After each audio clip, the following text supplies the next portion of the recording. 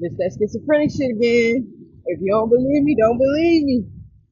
The whole time, y'all do know that schizophrenia is a Caucasian mental illness. Meaning, y'all thought y'all was gonna take some melanin from us by fucking our aunties and all our grandmas and shit back then. Whole time, bitch, you don't even know what the fuck you did.